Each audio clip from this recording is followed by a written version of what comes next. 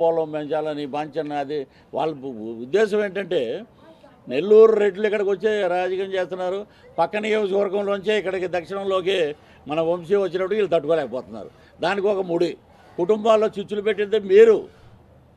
మీ ప్రభుత్వమే అన్న చెల్లెళ్ళు ఉన్న ఇంట్లో తల్లినే గౌరవించలేదు. నువ్వు తల్లితోటి బలవంతంగా రాజీనామా చేశారు. ఆ విజువల్ చూస్తే మీకు అర్థమవుతాయి. చేయి పట్టుకుని లాకెళ్ళి గౌరవాధ్యక్ష పదవికి రాజీనామా చేయించేశారు. ఆ షర్మిలమ్మ బాణం అన్నారు. జైల్లో ఉన్నప్పుడు అన్న కోసం అహర్నిశలు కష్టపడింది, తిరిగింది. మరి ఆమెను పక్కన పడేశారు. ఈ రోజున కాంగ్రెస్ బాణం అయింది. ఆ బాణమే నీకు కూర్చుకుంటుంది. నీ 20% ఓటు బ్యాంక్ మొత్తం పట్టుకుపోయేది షర్మిలయ్యే. కాబట్టి ఎవరు బాధపడాల్సిన అవసరం లేదు. కూటమి వచ్చేది. వీళ్ళ బెదిరింపులు ఇంకోటి అది కూడా చెప్తున్నాం. బెదిరింపులు మీరు జనసేన అభ్యర్థికి కానీ కూటమి అభ్యర్థులకు కానీ మీరు ఏదన్నా సపోర్ట్ చేస్తే మేము బెదిరిస్తున్నాం. అది బెదిరింపులకి భయపడే వాళ్ళు కాదు. మా విశాఖపట్నం ప్రజలు న్యాయం ఎటు ఉంటుందో, నీతి ఎటు ఉంటుందో, పనిచేసే నాయకుడు ఎవరున్నారో వాళ్ళ వైపే తిరుగుతారు. కానీ ఇలాగ బూటకప్పు మాటలు చెప్పే వాళ్ళకి ఫుల్ స్టాప్ పడుతుందని చెప్పి వాళ్ళు చెప్పడం మాకంతా ఆనందదాయకంగా ఉంది.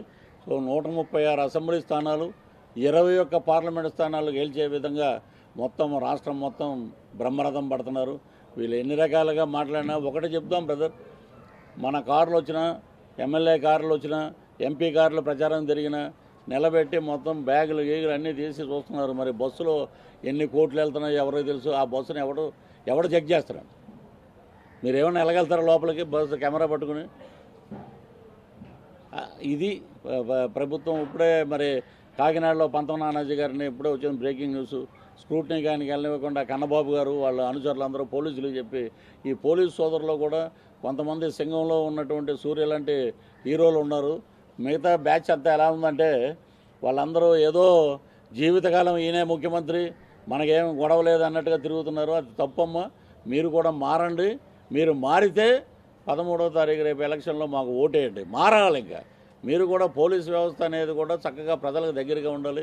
పోలీస్ అంటే భయపడే స్థితి ఎవరికి రాకూడదు. పోలీస్ అంటే ఫ్రెండ్లీ పోలీస్ లాగా ఉండాలి. కానీ ఏదో పార్టీ అధికారం ఉన్నదని దాన్ని కొమ్ము కాస్తే రేపు పొద్దున్న జరిగే పరిణామాలకి మీరే బాధ్యులు వహించాల్సి వస్తుంది.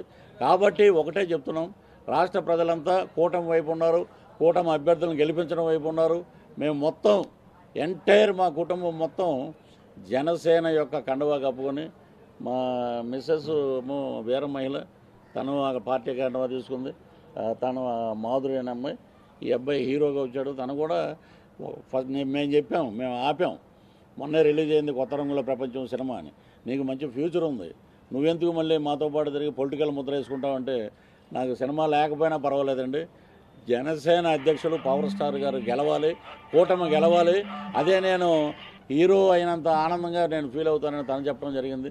ఈ రకంగా ఎండనగా వాననగా తిరుగుతున్న జనసేన అధ్యక్షులు చంద్రబాబు నాయుడు గారు, అలాగే పురంధేశ్వర గారికి అందరికీ పేరు పేరున కృతజ్ఞతలు తెలియజేస్తూ, వారికి మేము ఉడతాభక్తిగా మేము కూడా పనిచేస్తున్నందుకు ఈ పార్టీలో చాలా ఆనందంగా మేమందరం అనుకుంటున్నాం. చాలా ఆనందపడుతున్నాం.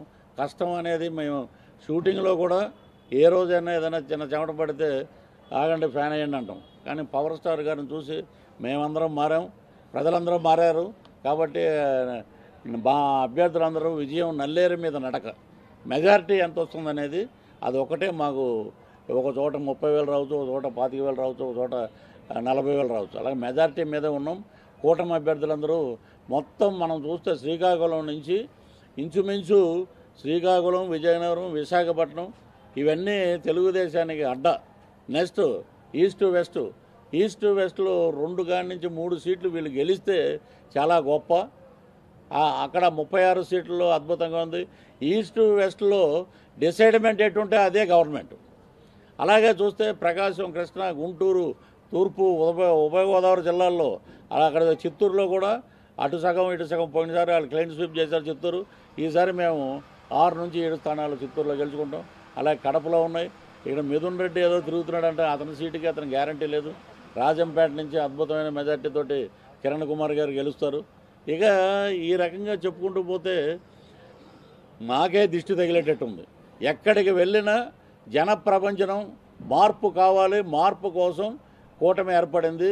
కాబట్టి మేమందరం ఆ దిశగా ఓటు వేస్తున్నాం, ఆ దిశగా అభ్యర్థులను గెలిపిస్తాం. జూన్ 4వ తారీఖున ఉదయం 11 గంటలకి పోస్టల్ బ్యాలెట్ ఓపెన్ చేయగానే దోచుకున్న డబ్బు ఉంది కాబట్టి స్పెషల్ బ్యాలెట్లో ఎక్కడో పారిపోతారు, లేనోడు బై రోడ్డు పోతాడు. ఇంక మీరు ఏమైనా అడిగితే అడగండి.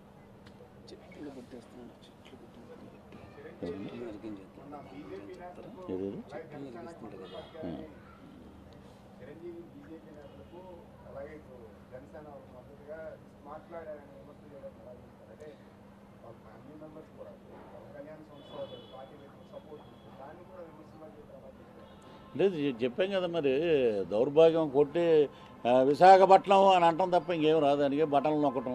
ఈ 2 చిన్నపిల్లలు ఏం చేస్తున్నారంటే ఎండాకాలం అపార్ట్మెంట్లో చిన్న చిన్న పిల్లలు ఆడుకుంటూ ఇలా ఇలా ఇలా అంటున్నారు, లేకపోతే ఒక బటన్ మెషిన్ తెచ్చి నొక్కుతున్నాడు. ఇదిరే మన ముఖ్యమంత్రి అని. ఏంటంటే చిరంజీవి గారు సొంత తమ్ముడు పవన్ కళ్యాణ్ గారు ఎప్పుడైనా సరే ఆయన ఒక మాట అన్నాడు, ఏంటంటే పవన్ కళ్యాణ్ నా గుండెల్లో ఉంటే ఆంధ్ర రాష్ట్ర ప్రజల గుండెల్లో పవన్ కళ్యాణ్ ఉన్నాడు. అంటే ఒక తమ్ముడు పార్టీ పెట్టినప్పుడు సొంత మనిషి అతనికి మద్దతు ఇవ్వటం మానవతా దృక్పథంతో నేను పవన్ కళ్యాణ్ గారిని సపోర్ట్ చేస్తున్నాను. అలాగే 10 సంవత్సరాలు రాజకీయాలకు దూరంగా ఉండి ఈరోజు